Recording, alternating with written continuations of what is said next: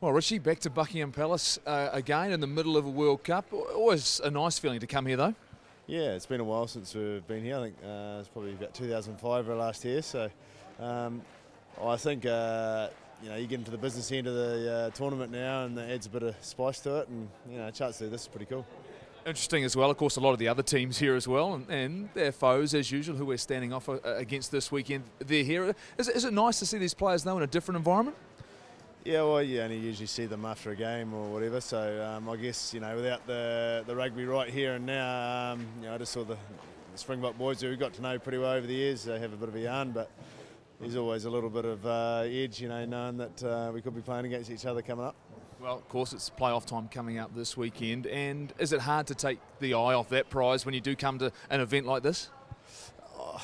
Yeah, I think, especially myself and a few of us been around long enough, that you do these things and you get straight back into what you're there for. So you just got to take it for what it is, not get too worried about it, and actually have a smile on your face and enjoy it. Is it something you can enjoy, coming to a place like this and understanding the history and, of course, how we relate and part of the Commonwealth? Yeah, and I think it's perhaps the older generation at home that reinforced to me, like my grandparents and that, say, when I first came to Buckingham Palace and met the Queen, they were just absolutely blown away. And I think perhaps these days we take it a little bit more in our stride, but you see how many people standing outside that would love to come and have a look around, so we're pretty lucky to be able to do that. All right, let's talk about next weekend. We've got the old foe, and there's a lot of history between these two teams. But does any of that actually matter when it comes to the crunch this weekend? Oh, it makes it exciting, I think. We came over here with the goal of getting ourselves top of our pool to play a quarter-final in the Millennium, and whoever was going to be up against was going to be tough. And we got the French, and there's some good and tough memories against that. But this is a completely new team and new time, and we're just got to make sure we're ready. And I can already see, from today, the excitement of it's into business, what we're here for. You can sense that already, so that's cool.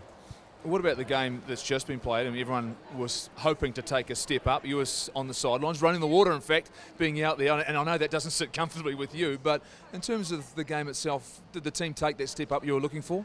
Yeah, I think we're still a little hesitant in the first half, but as the second half rolled in, there was some good things we did.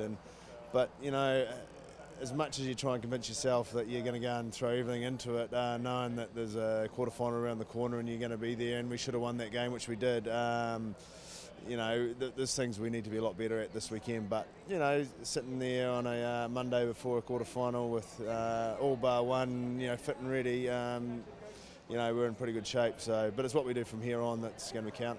What was it like? I'm sure as you're watching the game on Sunday, France playing Ireland, was the team sitting together? Did you come together to watch it, to have a look at who you might be playing?